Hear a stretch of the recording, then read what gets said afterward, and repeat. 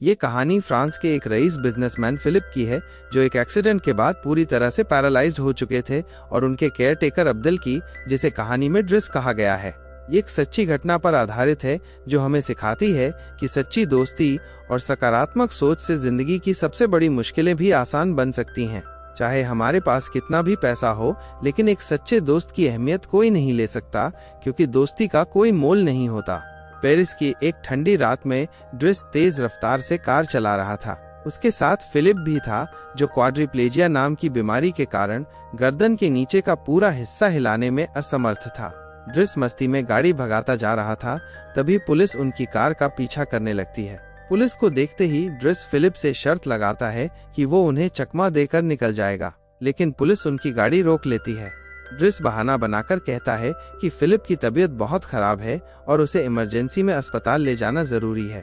उसकी बात सुनकर फिलिप बीमार होने का नाटक करने लगता है। ड्रिस पुलिस वालों को डराता है कि अगर फिलिप को कुछ हुआ तो इसकी जिम्मेदारी उन्हीं की होगी। घबराकर पुलिस उनका काफिला बनाकर उन्हें अस्पताल तक छोड़ने जाती है। कार में बैठे दोनों खुश होते हैं कि उन्होंने पुलिस को बेवकूफ बना दिया। उनकी बॉन्डिंग किसी पुराने दोस्त जैसी लगती है। इसके बाद कहानी फ्लैशबैक में जाती है, जहां से उनकी दोस्ती की शुरुआत दिखाई जाती है। फिलिप को अपनी देखभाल के लिए एक केयरटेकर की तलाश थी, जिसमें उसकी असिस्टेंट मैगली उसकी मदद कर रही थी। इंटरव्यू के लिए कई लोग आए, लेकिन सबने सिर्फ हमदर्दी दिखाई। फिलिप को किसी ऐसे इंसान की जरूरत थी जो उसकी हालत पर तरस न खाए, बल्कि उसे एक दोस्त की तरह समझे और उसकी बोरिंग जिंदगी में थोड़ा रोमांच भर दे। कई उम्मीदवारों को रिजेक्ट करने के बाद वो उम्मीद छोड़ चुका था, तभी ड्रिस इंटरव्यू देने पहुंचता है। असल में ड्रिस वहां नौकरी के लिए नहीं, बल्कि सिर्फ एक सिग्नेचर लेने आया था, ताकि बेरोजगारी भत्ता मिलता रहे। वो बेरोजगार था और सरकार से मिलने वाली सहायता के लिए उसे ये दिखाना जरूरी था कि वो नौकरी की तलाश में है। ड्रिस बाकी उम्मीदवारों से बिल्कुल अलग था। उसके बोलने में एक बेफिक्री और कॉन्फिडेंस था। उसने साफ कहा कि उसे इस नौकरी में कोई दिलचस्पी नहीं है, यहाँ तक कि उसने फिलिप की असिस्टेंट मैगली से फ्लर्ट तक कर दिया। फिलिप को उसकी यही बेबाकी पसंद आ जाती है। वो ड्रिस से कहता है कि पेपर्स पर साइन करने के लिए उसे अगले दिन सुबह 9 बजे फिर आना होगा। ड्रिस वहाँ से अपने घर लौट जाता है। ड्रिस का परिवार एक छोटे से घर में रहता था और बड़ी मुश्किल से गुजारा करता था। घर में कई भाई बहन थे और ड्रिस सबसे बड़ा था, इसलिए उस पर पूरे परिवार की जिम्मेदारी थी। जब वो घर पहुंचता है तो देखता है कि उसका छोटा भाई अडामा कुछ संदिग्ध लोगों के साथ है। ड्रिस को शक होता है कि अडामा गलत रास्ते पर जा रहा है, लेकिन जब वो उससे बात करने की कोशिश करता है तो अडामा बहाना बनाकर निकल जाता है। रात को उनकी माँ काम से लौटती है। वह एक मेहनती महिला थी जो परिवार चलाने के लिए दिन रात मेहनत करती थी। ड्रिस को घर लौटे हुए 6 महीने हो चुके थे। इस बात से उसकी माँ नाराज थी। ड्रिस उसे खुश करने के लिए फिलिप के घर से चुराया हुआ एक सुनहरी अंडा देता है, लेकिन उसकी माँ नाराज होकर कहती है कि इस अंडे से न घर का किराया भरेगा, न ही राशन आएगा। वह चाहती थी कि ड्रिस अपनी जिम्मेदारी समझे और घर की आर्थिक मदद करे। कई बार समझाने के बावजूद ड्रिस ने कभी इसे गंभीरता से नहीं लिया था, लेकिन इस बार उसकी माँ सच में गुस्से में थी। ड्रिस की माँ उसे घर से निकाल देती है, जिससे वह उदास हो जाता है। पूरी रात वह इधर उधर घूमकर अपना वक्त बिताता है। अगली सुबह वो अपने डॉक्यूमेंट लेने के लिए फिलिप के घर जाता है, लेकिन वहाँ उसकी मुलाकात मेड इवन से होती है। डॉक्यूमेंट देने की बजाय इवन उसे घर के अंदर ले जाकर पूरा घर दिखाती है और फिलिप की डेली रूटीन के बारे में बताने लगती है। वो बताती है कि कोई भी केयरटेकर 2-3 हफ्ते से ज्यादा नहीं टिकता। दरअसल फिलिप को ड्रिस में दिलचस्पी हो गई थी और वो चाहता था कि ड्रिस उसका पर्सनल केयरटेकर बने। इवन ने उसी के कहने पर ड्रिस को होम टूर दिया था। वैसे तो ड्रिस इस नौकरी में दिलचस्पी नहीं रखता था, लेकिन जब उसने अपना आलीशान कमरा और बड़ा सा बाथरूम देखा तो उसका मन बदलने लगा। इसके बाद वो फिलिप से मिलता है। फिलिप उसे बताता है कि उसने डॉक्यूमेंट पर साइन कर दिए हैं। जब ड्रिस जाने लगता है तब फिलिप उसे 1 महीने तक बतौर केयरटेकर काम करने की चुनौती देता है। ये फिलिप की चाल थी ताकि वो ड्रिस को इस नौकरी के लिए मना सके। उसका ये प्लान काम कर गया, क्योंकि ड्रिस के पास रहने के लिए कोई जगह नहीं थी, इसलिए उसने ये काम स्वीकार कर लिया। लेकिन ये काम इतना आसान नहीं था। फिलिप का अपनी बॉडी पर कोई कंट्रोल नहीं था, इसलिए ड्रिस को उसकी हर जरूरत का ध्यान रखना था। शुरुआत में ड्रिस से कई गलतियां होती हैं, जैसे वो फिलिप को व्हीलचेयर पर बिठाने के बाद उसका स्ट्रैप बांधना भूल जाता है। बाल धोने के लिए फुट क्रीम का इस्तेमाल कर लेता है और समय पर उसे तैयार नहीं कर पाता। वो घर के नियमों को भी पूरी तरह नहीं मानता और ऐसे पेश आता है जैसे घर का मालिक वही हो। एक बार ड्रिस ने फिलिप की बेटी अलीसा को उसके बॉयफ्रेंड के साथ देख लिया और दोनों को वहां से भगा दिया। उसे फिलिप की असिस्टेंट मैगली पसंद थी, इसलिए वो उसे छुप छुप कर देखा करता था। एक दिन गलती से उसने फिलिप पर चाय का गर्म पानी गिरा दिया, लेकिन जब फिलिप ने कहा कि उसे कुछ महसूस नहीं होता तो ड्रिस ने दोबारा गर्म पानी डालकर चेक कर लिया। उसकी यही बेफिक्री और मस्ती भरा अंदाज उसे सबसे अलग बनाता था। ड्रिस एक बार फिलिप को बाहर ले जाने के लिए गाड़ी निकालता है, लेकिन वो उस गाड़ी में ले जाने से मना कर देता है जो विकलांगों के लिए बनी थी। ड्रिस कहता है कि वह उसे जानवरों की तरह इसमें नहीं बैठाएगा, इसलिए वह फिलिप की एक लग्जरी कार निकालता है और उसे फ्रंट सीट पर बिठाकर बाहर घुमाने ले जाता है। इतने दिनों बाद अपनी कार की फ्रंट सीट पर बैठकर फिलिप भी काफी खुश होता है। एक दिन ड्रिस फिलिप के पड़ोसी को सबक सिखाता है, क्योंकि वो जानबूझकर फिलिप के घर के सामने अपनी गाड़ी पार्क कर देता था। ये देखकर फिलिप बहुत खुश होता है। उसे ये भी पता चलता है कि ड्रिस उसे मरीज की तरह नहीं बल्कि एक आम इंसान की तरह ट्रीट करता है। फिलिप को महंगी पेंटिंग्स का शौक था। एक दिन ड्रिस ने एक लाल पेंटिंग देखकर उसका मजाक उड़ाया और कहा कि ये किसी की नाक से टपके खून जैसी लगती है। हालांकि फिलिप को वो पेंटिंग पसंद आती है और वो उसे खरीद लेता है। कुछ दिनों बाद फिलिप का एक दोस्त उससे मिलने आता है। उसे ड्रिस पर शक होता है, क्योंकि इवन ने ड्रिस के बैग में हथियार देखा था और वो पड़ोसी से झगड़ते हुए भी नजर आया था। फिलिप का दोस्त उसे चेतावनी देता है कि ड्रिस एक अपराधी है जो ज्वेलरी की दुकान में चोरी के आरोप में 6 महीने की सजा काटकर हाल ही में जेल से बाहर आया है। वो फिलिप को सावधान रहने के लिए कहता है, खासकर उसकी हालत को देखते हुए।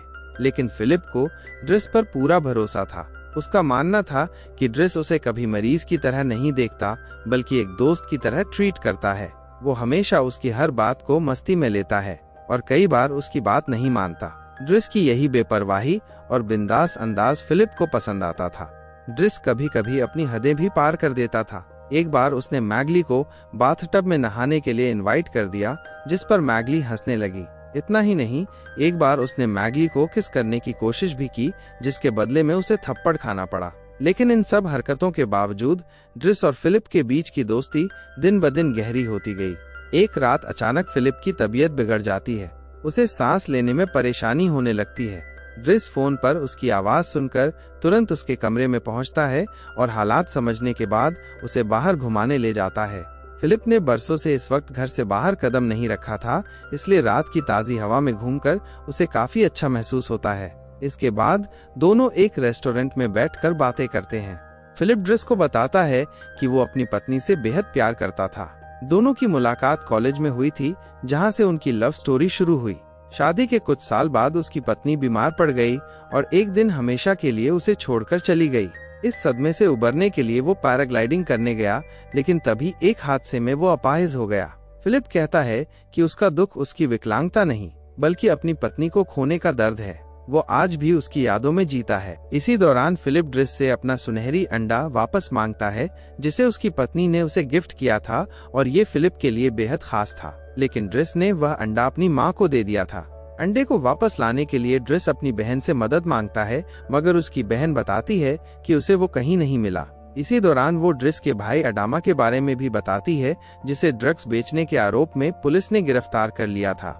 ड्रिस पुलिस स्टेशन जाकर अपने भाई को छुड़ाने की कोशिश करता है और उसे समझाता है कि अब वो अपनी जिंदगी सुधार ले, लेकिन अडामा उसकी बात मानने को तैयार नहीं होता और दोबारा उसी ड्रग डीलर के साथ चला जाता है। फिलिप को अक्सर एक अनजान लड़की एलनोर चिट्ठियां लिखा करती थी, जिसे वो भी पसंद करता था।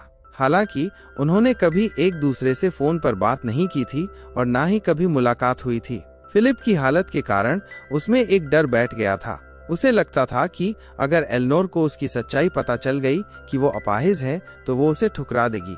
इसी डर की वजह से वो उससे संपर्क करने की हिम्मत नहीं जुटा पाता। ड्रिस उसे सलाह देता है कि वो अपने डर को छोड़कर एलनोर से बात करे।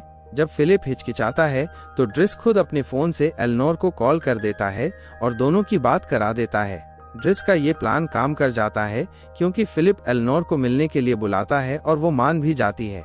एलनोर फिलिप से उसकी एक तस्वीर मांगती है। ड्रिस उसे व्हीलचेयर के साथ अपनी असली फोटो भेजने की सलाह देता है, लेकिन फिलिप डर के कारण अपनी पुरानी तस्वीर भेज देता है जिसमें वो पूरी तरह स्वस्थ नजर आता है। इस बीच ड्रिस अपने अंदर छुपे कलाकार को खोजने की कोशिश करता है और एक पेंटिंग बनाता है। भले ही वो देखने में साधारण लगती थी, लेकिन ड्रिस को लगता था कि वो एक महान आर्टिस्ट बन सकता है। फिलिप की बर्थडे पार्टी पर हर साल की तरह इस बार भी उसके दोस्त और रिश्तेदार इकट्ठा होते हैं। पार्टी में एक म्यूजिक परफॉर्मेंस रखा गया था, लेकिन ड्रिस को ये बोरिंग लगता है। वो अपने अंदाज में माहौल बदल देता है। म्यूजिक बदलकर पार्टी सॉन्ग लगाता है और सबको डांस करने के लिए मजबूर कर देता है। उसकी वजह से घर में नई रौनक आ जाती है, जिससे फिलिप भी काफी खुश होता है। फिलिप आखिरकार एलेनोर के साथ डेट पर जाने के लिए तैयार होता है। ड्रिस उसे पूरे उत्साह से तैयार करता है और मेड इवन उसे रेस्टोरेंट छोड़ने जाती है। लेकिन जैसे ही फिलिप वहां बैठता है, उसे घबराहट होने लगती है। उसे डर लगता है कि एलेनोर उसकी अपाहिज हालत देखकर उसे नापसंद कर देगी। इस डर से वो बिना उससे मिले ही वहां से लौटने का फैसला करता है। जैसे ही इवन उसे बाहर ले जा रही होती है, ठीक उसी समय एलेनोर रेस्टोरेंट में दाखिल हो रही थी। लेकिन अफसोस, दोनों एक दूसरे को देख नहीं पाते। अपनी इनसिक्योरिटी और पैनिक से बचने के लिए फिलिप अपने प्राइवेट जेट में बैठकर कहीं दूर चला जाता है। फिलिप प्लेन में बैठकर काफी रिलैक्स महसूस कर रहा था, लेकिन ड्रिस को ऊंचाई से डर लग रहा था। उसे शांत करने के लिए फिलिप मजाक में कहता है कि उसने उसकी पेंटिंग को 11,000 यूरो में बेच दिया है। ये सुनकर ड्रिस बहुत खुश हो जाता है। फिलिप अपनी उदासी को भूलने के लिए ड्रिस को पैराग्लाइडिंग पर ले जाता है। फिलिप तो उत्साहित था, लेकिन ड्रिस को ऊंचाई से डर लग रहा था। हालांकि फिलिप किसी तरह उसे मना लेता है। शुरुआत में डरने के बाद ड्रिस भी इसका मजा लेने लगता है। जब वो घर लौटते हैं तो ड्रिस का भाई अडामा पहले से ही वहां मौजूद होता है। उसके चेहरे पर चोट के निशान देखकर ड्रिस समझ जाता है कि उसकी फिर किसी से लड़ाई हुई है। ड्रिस अपनी माँ को दुख से बचाने के लिए अडामा की हरकतें छुपाता रहता है। ड्रिस को परेशान देखकर फिलिप उससे उसके परिवार के बारे में पूछता है। ड्रिस बताता है कि उसका परिवार बहुत जटिल है।